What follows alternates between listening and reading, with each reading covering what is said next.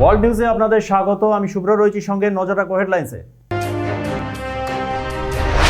রাষ্ট্রসংঘে অপমানিত নেতানিয়াহু, বক্তৃতা বয়কট আরব, ইউরোপ, আফ্রিকার। এবার লক্ষ্য ইরাক, হুঁশিয়ারি ইসরায়েলের প্রধানমন্ত্রী। গাজায় গণহত্যা অব্যাহত।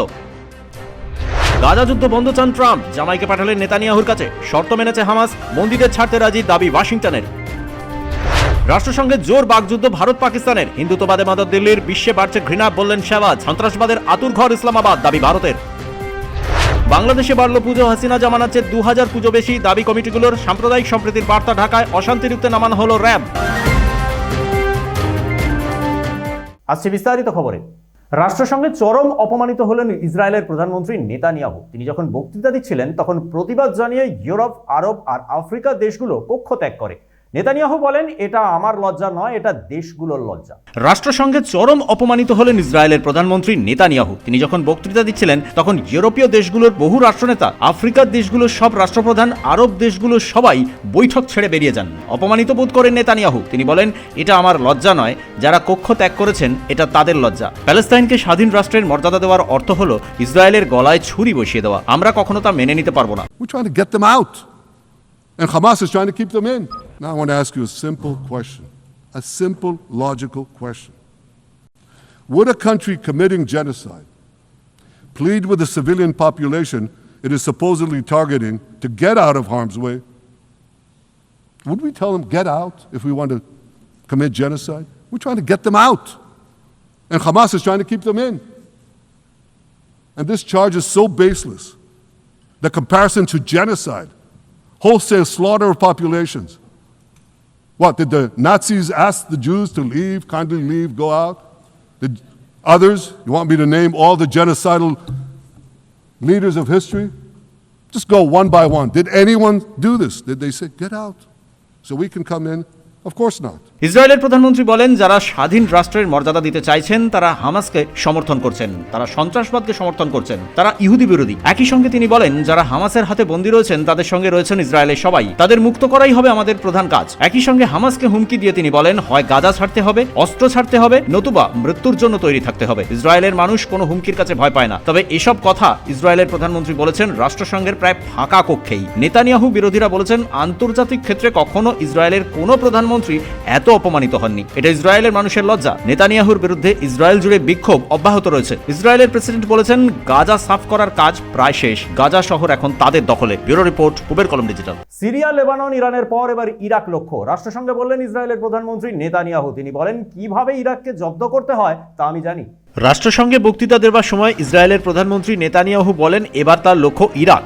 গাজা দখলের পর তিনি ইরাক দখলের জন্য অভিযানে নামবেন। আমি গাজার দখল নেব, ইরানের ওপর হামলা চালিয়েছি, এবার ইরাক হলো ইসরায়েল সেনার একমাত্র লক্ষ্য। Here's where things stand today.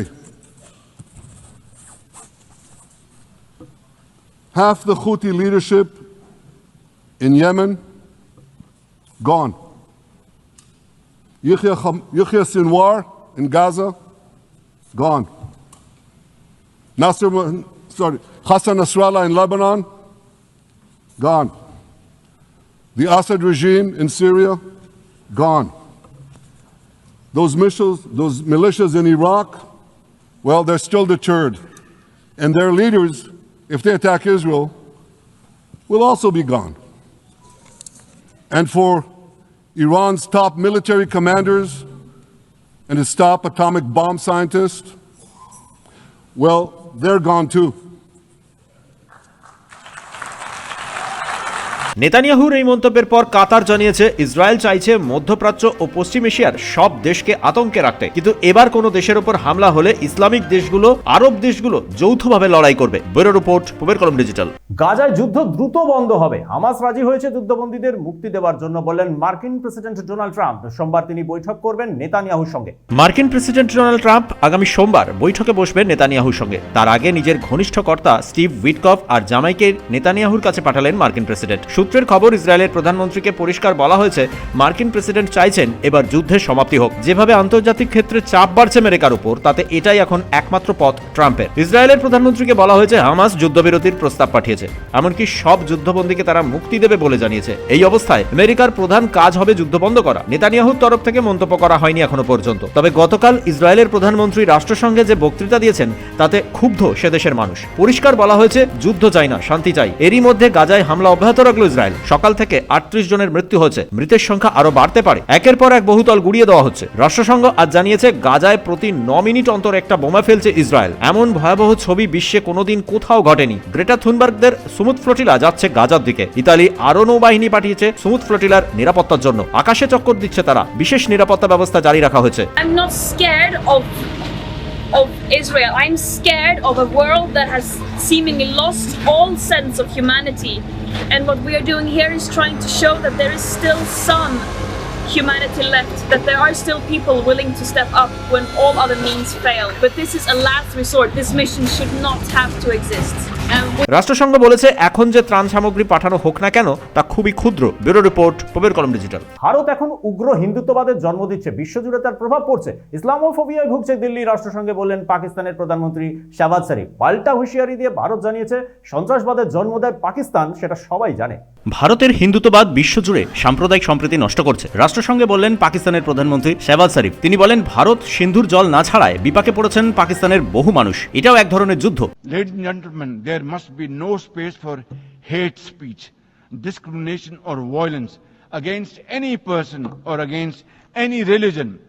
Hate-driven ideologies such as India's Hindutva-driven extremism pose a danger to the entire world. Shahbaz শরীফের এই মন্তব্যের কড়া জবাব দিয়েছেন রাষ্ট্রসংঘে ভারতের স্থায়ী ফার্স্ট সেক্রেটারি পিটাল গেহলট। তিনি বলেন পাকিস্তান সন্ত্রাসবাদের জন্ম দিয়েছে, ওসামা বিন লাদেনকে বছরের পর বছর ধরে আশ্রয় দিয়েছে। বিশ্ব জানে কোন দেশ সন্ত্রাসবাদীদের আশ্রয় দেয়। It is also ironic that a country which wallows in hate, bigotry and intolerance should preach to this assembly on matters of faith. The political and public discourse of Pakistan reflects its true nature.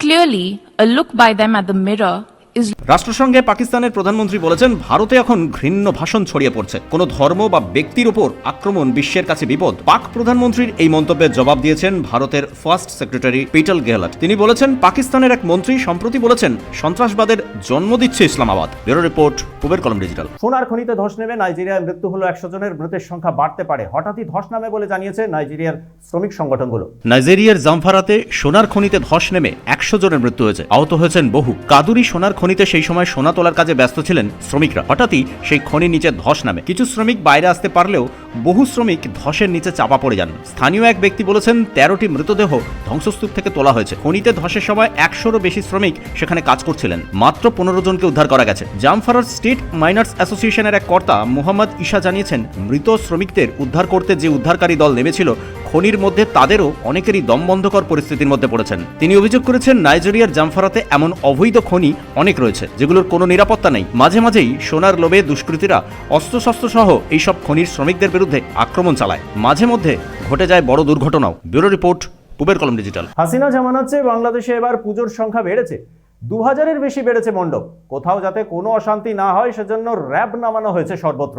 Hasina জামানার চেয়ে এবার বাংলাদেশে দুর্গাপুজোর সংখ্যা বেড়েছে। এবার বাংলাদেশে 33,355টি দুর্গাপুজোর মণ্ডপ তৈরি হয়েছে। গত বছর হাসিনা জামানায় ছিল 31,461টি। এই তথ্য দিয়েছেন বাংলাদেশ পুজো কমিটির কর্তারাই। এবছর ঢাকাতেও ধুমধাম করে পুজো হচ্ছে। বিভিন্ন সময় দেখা গেছে বাংলাদেশের সংখ্যালঘু হিন্দুদের উপর আক্রমণের অভিযোগ উঠেছে, এমনকি হিন্দুরা নিরাপদে নেই বলেও অভিযোগ তোলা হয়েছে। বলা হয়েছিল মোহাম্মদ ইউনুস জামানায় ধর্মীয় আচার আচরণে বাধা পাচ্ছেন হিন্দুরা। কিন্তু বাংলাদেশের দুর্গাপূজা কমিটির তারা যে তথ্য সামনে এনেছেন তাতে পরিষ্কার সাম্প্রদায়িক সম্প্রীতি বজায় রয়েছে বাংলাদেশে। পুজো মণ্ডপগুলোতেও সম্প্রীতির আহ্বান জানানো হয়েছে। বিশেষজ্ঞদের ধারণা হাসিনা জামানা শেষ হওয়ার পর বাংলাদেশের সংখ্যালঘু হিন্দুরা খানিকটা চিন্তায় ছিলেন। যেভাবে এবার দুর্গাপুজোর সংখ্যা বেড়েছে তাতে পরিষ্কার সেই সময় কাটিয়ে উঠেছেন তারা। পূজা মণ্ডপগুলোতে বিশেষ নিরাপত্তার ব্যবস্থা করেছে বাংলাদেশ সরকার। বিভিন্ন এলাকায় বাহিনী নামানো হয়েছে, র‍্যাব মোতায়েন করা হয়েছে, গোয়েন্দা নজরদারি রাখা হচ্ছে সর্বত্র। ঢাকা থেকে মীর আফরোজ জামানের রিপোর্ট, পবের কলম ডিজিটাল। ওয়ার্ল্ড নিউজ আজ এ পর্যন্তই। চোখ রাখুন পবের কলম ডিজিটালে।